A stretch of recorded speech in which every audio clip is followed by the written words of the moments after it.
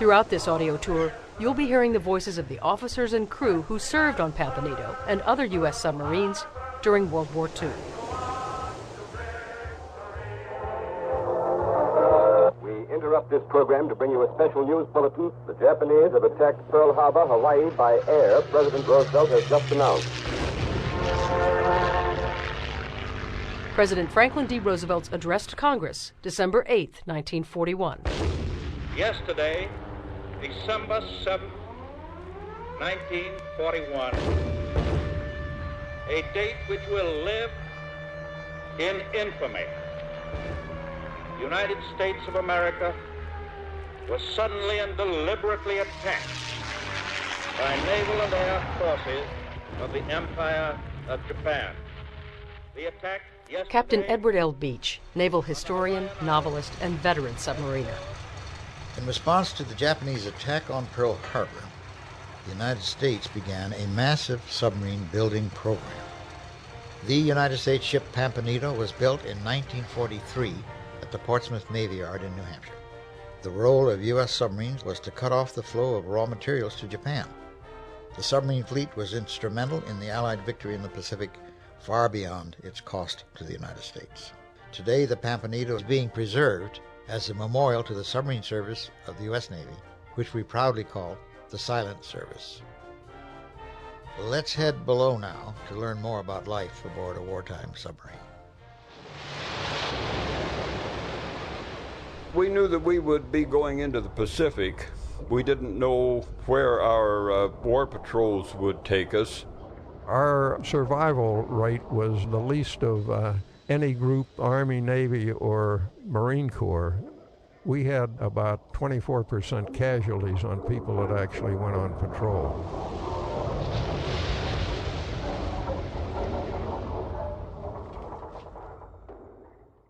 It smelled of oil. Diesel oil. All of your clothes, the whole ship smells like diesel fuel. Wherever I was, they knew a submarine sailor by the smell. Submarines are tight quarters, and we all live together. I slept in the after torpedo room, and if you couldn't get to sleep, the rocking, the movement of the boat would put you to sleep. And I had as my bedfellows a torpedo on one side and a torpedo above me. Torpedoman First Class Robert Bennett. We had two kinds of torpedoes. The steam torpedoes. They're very fast. The torpedoes you see here are steam torpedoes. They're called Mark 14s and had two speed settings, 31 and 46 knots. The others were what they call Mark 18s. They were electric.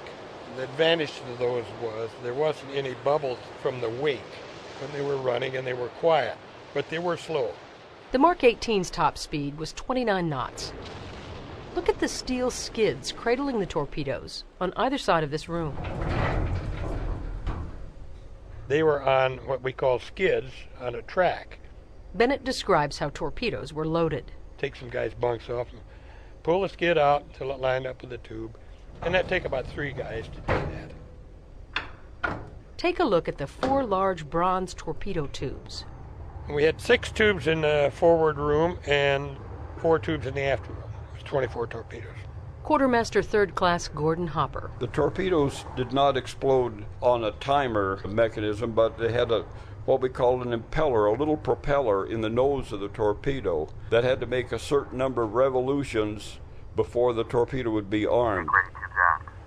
After the tube was loaded and the breech or inner door sealed, seawater was flooded into the tube until the pressure inside the tube equaled the sea pressure outside. You could vary the depth that they would run and also the angle they would assume after they came out of the tube. Compressed air was used to actually push the torpedo out of the tube, but the torpedo's own drive mechanism then took over to propel it on its way. When it left the tube, there was a big shot of air behind it, and there was a big thunk, you know. You could feel it all over the submarine. You knew that they fired. We'll work our way from here, the stern, forward to the bow, or front of the boat. Look to your left. This side of the boat is known as the port side. The right side is called the starboard side. Just before you leave this compartment, to your left, one of the 4 heads, or toilets, for the crew of up to 85 men. Sometimes you have to wait. That's all there is to it. You're looking at the propulsion control stand. In the maneuvering room. That's where they control the engine speed and the load on the engine. Is where speed changes and direction changes of the propellers take place.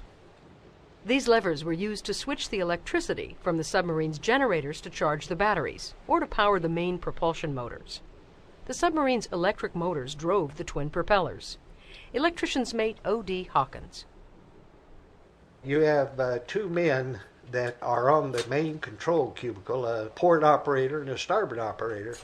The signal comes from the bridge on speeds like 1/3 forward, 1/3 reverse, charge the batteries. Control, all ahead 1/3. All ahead 1/3 aye.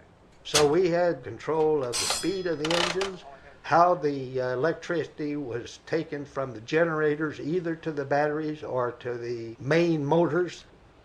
The submarine was always operated by electrical power.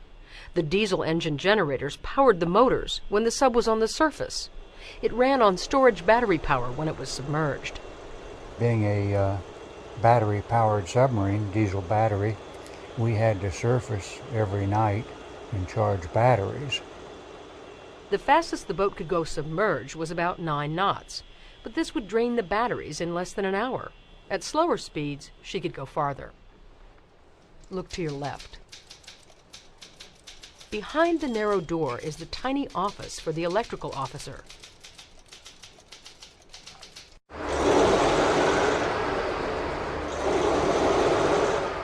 On either side of this room are 2 of the submarine's 4 main engines.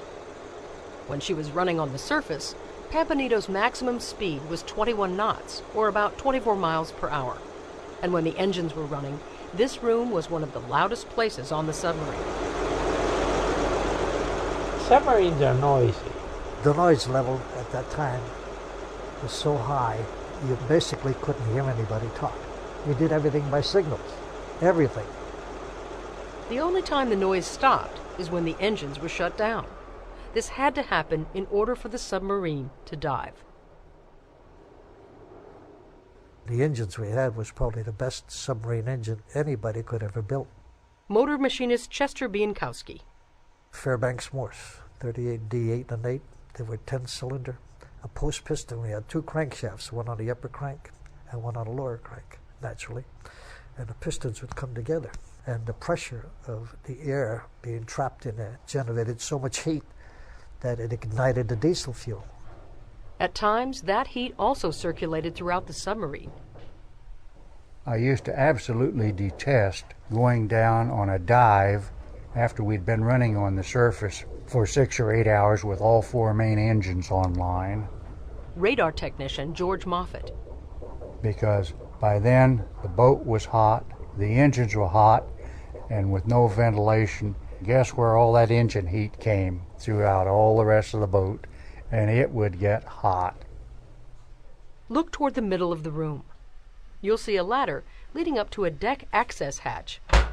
Just forward of this is another round opening. This is one of the hull valves that supplied the boat's air via the main induction. The main induction is a monstrous hole way up front of the ship at the bridge that drew in air through a 36-inch valve. Just before you exit this compartment, look to your right at the space behind the starboard engine.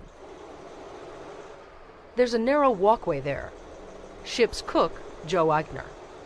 And we stowed food, canned food, outboard of the engines in the engine room. This is the forward engine room. It housed the other 2 main diesel engines.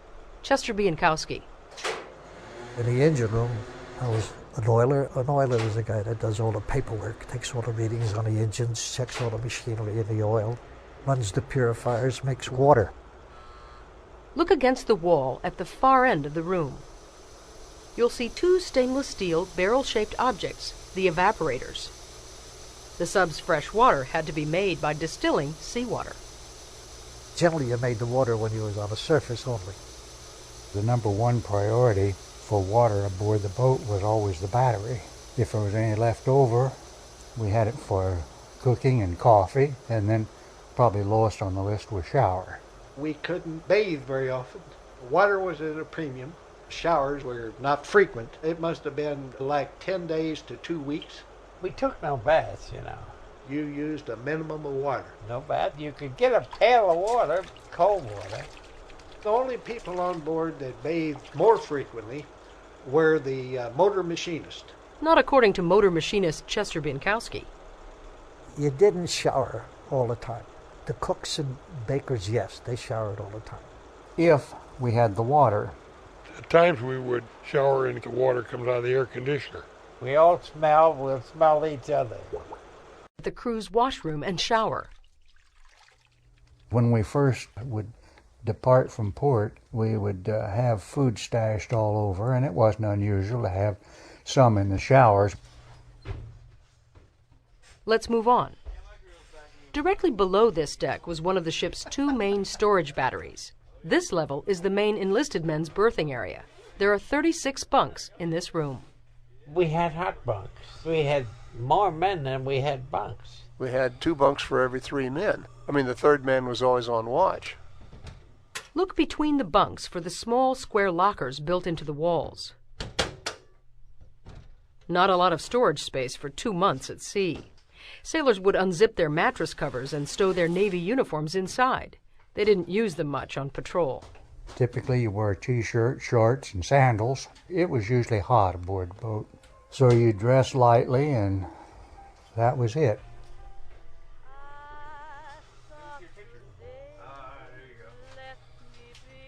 At any time of day, you could find men in here sleeping, reading, or writing letters in their bunks. O.D. Hawkins.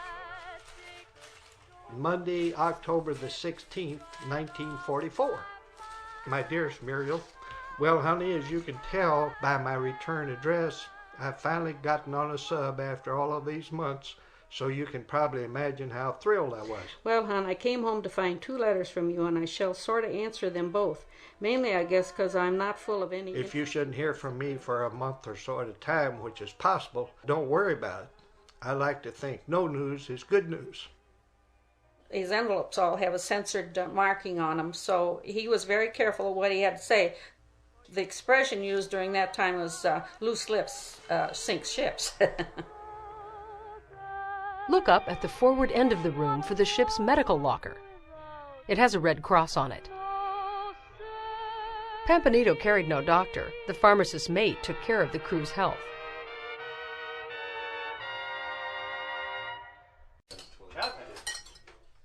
My name is Joseph Eichner, and I was one of the cooks aboard the submarine. I worked from, let's say, from 5:30 in the morning till 6:30 at night. Well into the night, the baker, he would bake all cakes and cookies and rolls and that sort of thing. They say a submariner ate better than anybody in the Navy. Just forward of the tables is the galley, or kitchen. This is where all the food was prepared. Breakfast is French toast or fried eggs and bacon or sausages. And then noon meal we'd have pork chops or ham or chicken or steak. We usually had French fries. And when you fed the whole crew, 85 men, you had to peel a lot of potatoes. The crew that was going to relieve the watch that was on ate first. And then when they finished, the crew that came off ate 24 hours a day.